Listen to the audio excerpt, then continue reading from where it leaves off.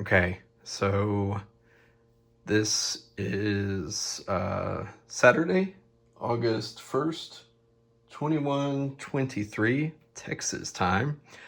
I had made just a short blurb on LinkedIn where I was talking about how I'm going to do focus on light events and LEDs and stuff like that, getting all that to work. An incredible amount of effort went in to actually get this to successfully function.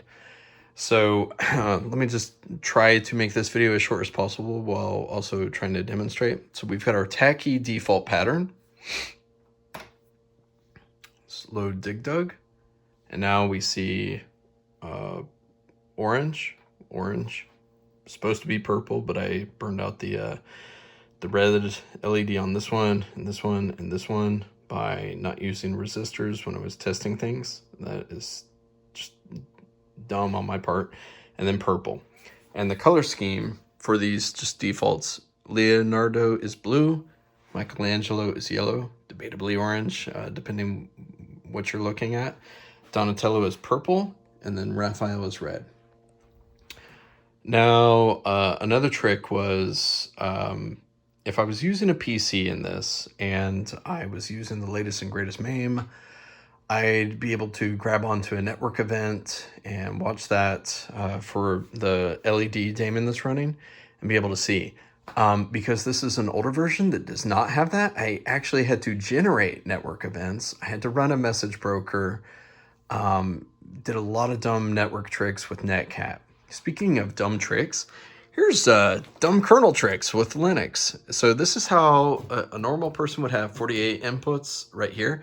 This is how I have 52. These are the other 4, and these are these are hardware interrupts happening that are then getting translated by the Linux kernel to sit there and be keyboard events, specifically the number 5, the number 6, the number 7, the number 8. So let's stick in a quarter. Doesn't matter. I actually already mapped the these for Dig Dug. So we stick in a quarter, and there's our light event. So old school, cool Dig Dug would sit there and flash the player 1 start button.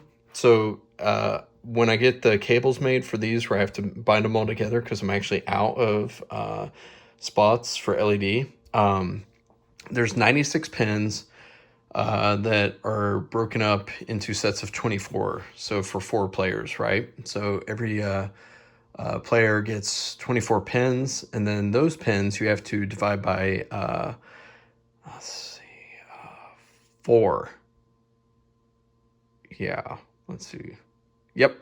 I think that's the math that I'm doing here. Sorry, I'm doing math in my head without looking at the board. Because you've got your power, and then you've got red, green, blue. And so that's 4 pins. And so you're looking at 4, 8, 12, 16, 20, 24, 28. I think I'm doing this right. Hope I'm doing this right. Yeah, that's 28. 7 times 4, 28. So you can kind of see how the numbers are how we're missing positions then, and why I have to merge these together, why I have to make cables to merge these. So that's where it's at. Let's see. So let's stick in another quarter. Okay, so what I'll probably eventually do is instead of having these flash, I'll probably just make this flash. Since these would be tied together, I'll make this flash, and then these tied together, I'd make that flash. Another trick that I might also do down the road to be able to give myself more LED pins that I want is I might even break out a shift register when I start to think about it, for how I'd be able to sit there and then feed 5 volts. Let's see, these are 12 volts for the lighting. These are 5 volts. But that's another thing I've been thinking about, is like actually putting together a circuit using a shift register, and then it's just a lot of work. It's a lot of effort for what looks like is very simple, and it looks very simple because an incredible amount of work went into it to make it this way. So let's see. Let's just we can hit 2 players, or we can hit 1 player. I'm gonna hit 1 player so we have 1 credit remaining. And then I'm just going to burn up this credit.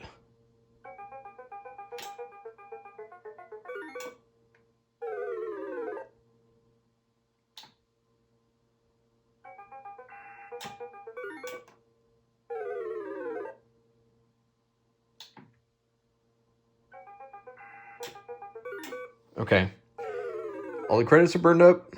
We're down to 1 credit. And there we go. So now we've only got 1. Stick in another quarter, and then we're back to 2. So I am so stoked. So we've got these 2 that are flashing.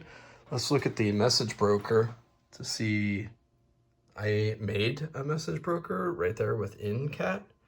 And then I'm using netcat to emit events from MAME to the message broker.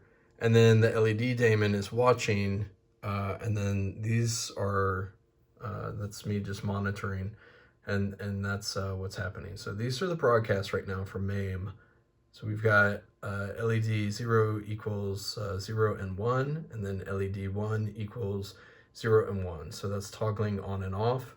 So then the LED daemon is actually sitting there watching, thinking that MAME is saying this when actually it's us saying it, and sending these broadcasts on our own local host message broker. So like I said, crazy amount of work went into making this happen. Took me 24 hours, and I guess I got 7 hours of sleep. I was up until about 9 a.m. this morning. Finally, I was like, okay, I got to go to bed. Got back up, had kind of a clear head, and then sat there and figured out the rest. Okay, so we see that. Let's go to something like, let's go to Teenage Mutant Ninja Turtles. Okay, so see the colors changed? So this is a higher level default of, it's got with LED Spicer, LED Spicer.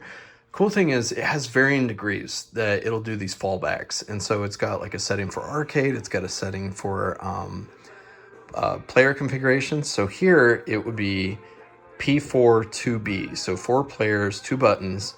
And then I created an XML profile that sat there and set all this. So this should be purple and this should be red. I already explained why that's not the case. Now, as I make further progress and I can grab more light events, there's going to be more than Dig Dug. But I wanted to show a dumb trick that I did with APB, which is a classic. By the way, Chase HQ is another classic, kind of same vein. Okay, so we've got this and Chase HQ actually have physical lights. If you go look at like the original machines, APB has like lights up here that flash when you turn on your siren. And so I'm working towards where I'm going to have like this side swapping back and forth when you turn on the siren. So let's stick in a quarter. Let's start the game. And then, so this is what I have right here. So I know this is the siren, and then I know this is the gun. Kind of generic though. And this is not tied to the actual event of the game. As I make further progress, I can actually, where I'm using like a later version of MAME, then I'll sit there and grab onto events like pedal pushes and stuff like that. So then I can actually react here to what's happening on the physical side. And so there's a couple tricks I might try where like if I hit the siren, I might have where it lights everything up, but it's not doing it through like light events. It would be me then watching events of this being pushed and then responding. So it's cheating, really. It's total cheating move to make it work. Let's see, same for shooting. So no gun until day 4. Okay, so I don't want to make this video too long. So another thing I wanted to cover though is Afterburner. Afterburner is interesting. It's this is Afterburner. What is this? Afterburner 2, but there's also Afterburner 1, and I think that it was some of Sega's best work. They do so much amazing work. It's really hard to say what their best work is, but the game had various. It's one of the most advanced hardware interfaces that I've personally ever seen in person. So like the joystick on the actual Afterburner, it rumbles as you're flying, and it has this lights up here that are like flashing and doing things when missiles are locking onto you. The much more bigger and much more expensive version of Afterburner, you would actually sit in it like and put on a safety belt, a real physical safety belt, because the hydraulics are like rocking you all over the place like this.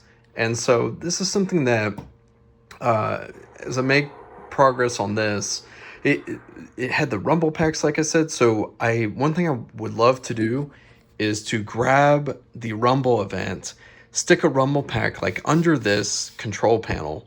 So then when it's actually rumbling in the game and it's like, hey, sending the rumble feedback, where this thing is actually rumbling. I think that would just be insane and really fun and just kind of bring an added reality.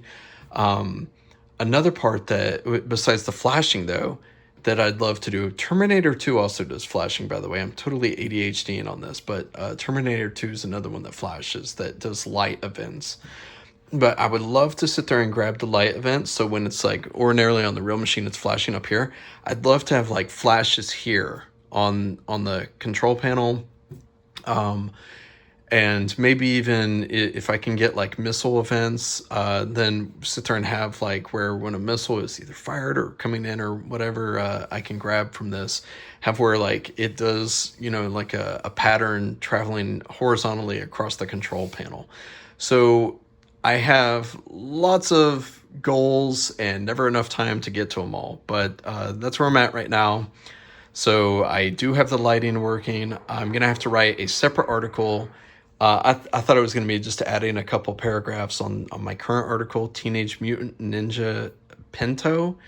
That's part of the series Teenage Mutant Ninja Terminals, which is the name of my overall project. You can read about this and see updates at my website, thad.getterman, getterman.org. So thad.getterman.org is where you can see like the latest and greatest updates and guides for how I'm pulling all of this off. This is going to be a very long article that I'm going to have to write for how to even get this to work on a Raspberry Pi running under RetroPie.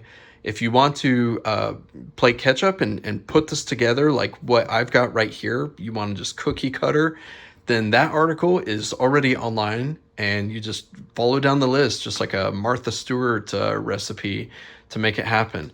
All right, more updates soon. Thanks, everybody.